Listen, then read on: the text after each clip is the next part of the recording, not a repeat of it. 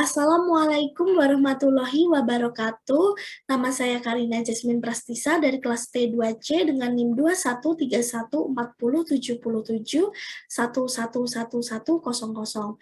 Hari ini saya akan mempresentasikan tentang perencanaan sistem informasi monitoring penjualan berbasis web untuk memenuhi tugas ujian akhir semester mata kuliah manajemen informasi. Yang pertama ada deskripsi. Perkembangan teknologi informasi dan komunikasi yang sangat pesat berpengaruh pada model bisnis dan penjualan saat ini. Banyak sekali model bisnis dan penjualan yang berbasis online atau biasa disebut online shop. Biasanya pembeli online shop ini tidak terbatas oleh jarak ataupun waktu. Walaupun demikian, penjualan secara konvensional atau tradisional masih banyak ditemukan, dan biasanya penjual konvensional ini membuat laporan penjualan masih secara manual dengan menggunakan alat tulis dan buku, sehingga laporan penjualannya masih kurang akurat dan juga masih banyak kesalahan. Maka dari itu dibutuhkan sistem informasi yang akurat, cepat, dan relevan untuk memonitoring usahanya, serta mampu memberikan informasi mengenai data pelanggan dan data yang dijual agar penjual mengetahui banyaknya barang yang terjual, stok barang yang tersedia, barang yang paling laku terjual, dan lain-lain. Sistem informasi menurut Suherman dan M. Pinontoan tahun 2008 adalah serangkaian komponen yang terdiri dari manusia, prosedur, data, dan teknologi yang digunakan untuk melakukan proses agar menghasilkan sebuah informasi yang bernilai untuk mengambil sebuah keputusan. Sistem informasi monitoring penjualan ini akan berbasis web dan akan dibangun menggunakan PHP, HTML, CSS, dan MySQL. Selain itu, tampilan untuk sistem informasi ini dibuat secara sederhana agar pengguna dapat dengan mudah menggunakannya. Yang kedua, ada perencanaan input. Untuk merancang sistem informasi penjualan, monitoring penjualan ini, maka dibutuhkan beberapa data inputan. Yang pertama adalah data pelanggan. Data ini didapat dari transaksi pembelian yang dilakukan oleh pelanggan. Contohnya ada pada tabel ini. Lalu yang kedua ada data barang. Data ini merupakan semua data yang dimiliki oleh penjual, yaitu data barang. Jadi barang-barang apa saja yang dimiliki penjual, yang dijual oleh penjual itu, serta data barang yang laris terjual. Contohnya adalah pada tabel yang tertera di layar ini. Lalu yang ketiga adalah data pendapatan. Data ini didapat dari laporan penghasilan yang dijadikan sebagai inputan dalam proses pembuatan laporan manajerial. Datanya berisi modal, omset, dan laba, seperti yang tertera pada layar. Selanjutnya yang ketiga adalah perencanaan output. Perencanaan output ini didapatkan dari inputan yang telah saya jelaskan di awal tadi.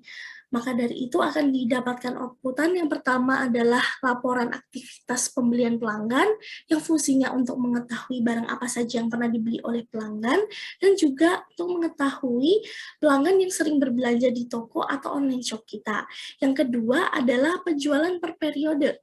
Laporan ini berfungsi untuk menganalisa penjualan yang diterima dan mengetahui barang yang paling disukai oleh konsumen. Laporan penjualan ini juga dapat dijadikan referensi oleh pemilik usaha untuk mengambil keputusan dalam memilih barang yang akan ditingkatkan penyetokannya. Dan yang ketiga adalah laporan pendapatan per periode, yang berfungsi untuk mengetahui pendapatan toko setiap periode yang ditentukan, sehingga pemilik usaha dapat menjadikannya sebagai pertimbangan untuk mengambil keputusan ketika pemilik usaha ingin mengembangkan usahanya. Lalu yang keempat adalah perencanaan perancangan database. Dan yang tertera di layar ini adalah diagram perencanaan database-nya. Dan berdasarkan diagram tersebut dapat diketahui bahwa admin akan memasukkan kode admin dan melakukan penginputan data seperti nama pelanggan, kode pelanggan, dan email, serta produk yang dibeli. Lalu admin ini akan melakukan konfirmasi ke gudang, dan gudang akan mencatat kode barang, gambar, nama barang, stok, barang yang paling laku terjual, dan harga.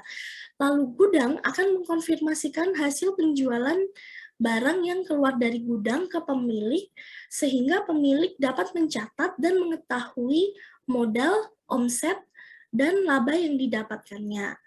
Untuk di admin ini, primary key-nya adalah kode admin, di gudang primary key-nya adalah kode barang, dan di pemilik ini primary key-nya adalah modal. Lalu yang kelima ada perencanaan perangkat lunak yang akan digunakan. Perencanaan sistem informasi ini menggunakan metode SDLC atau System Development Life Cycle atau lebih dikenal dengan siklus hidup pengembangan sistem yang dapat dilihat diagramnya pada gambar yang tertera di layar. Lalu selain diagram tersebut, terdapat juga perangkat lunak yang dibutuhkan untuk membuat sistem informasi monitoring penjualan ini, yaitu yang pertama adalah Visual Studio Code, digunakan untuk menulis program, yang kedua adalah MySQL, sebagai basis data dari sistem informasi yang dibuat, lalu yang ketiga adalah SAM, digunakan sebagai server yang berdiri sendiri, yang terdiri atas beberapa program yang ditulis dengan bahasa pemrograman PHP. Dan yang keempat adalah Figma, digunakan untuk mendesain user interface atau tampilan web. Dan yang terakhir adalah Google Chrome, digunakan web browser yang digunakan untuk menampilkan sistem informasi. Dan terakhir adalah rencana desain user interface atau tampilan web.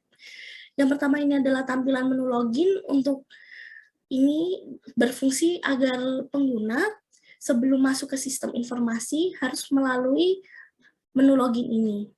Lalu yang kedua adalah tampilan menu data pelanggan, digunakan untuk mengetahui aktivitas pembelian pelanggan dan pastinya juga data pelanggan. Lalu selanjutnya adalah tampilan menu produk, digunakan untuk mengetahui banyaknya produk yang paling laku terjual. Dan selanjutnya adalah tampilan menu stok produk, ini dikelola oleh gudang untuk mengetahui stok produk yang tersedia di gudang toko. Lalu yang terakhir adalah tampilan menu pendapatan. Tampilan menu pendapatan ini berfungsi untuk memudahkan pemilik mengetahui hasil pendapatan toko per periode yang ditentukan, bisa seminggu, sebulan, atau setahun. Ini adalah link referensinya. Dan terakhir, sebelum menutup presentasi pada hari ini, kesimpulan yang dapat diambil adalah sistem informasi monitoring penjualan ini akan mempermudah pelaku usaha dalam memantau dan mengetahui penjualan serta stok barang. Selain itu juga, sistem informasi ini juga dapat membantu pelaku usaha dalam menentukan keputusan dari informasi-informasi yang didapatkannya. Sekian presentasi dari saya, kurang lebihnya mohon maaf. Wassalamualaikum warahmatullahi wabarakatuh.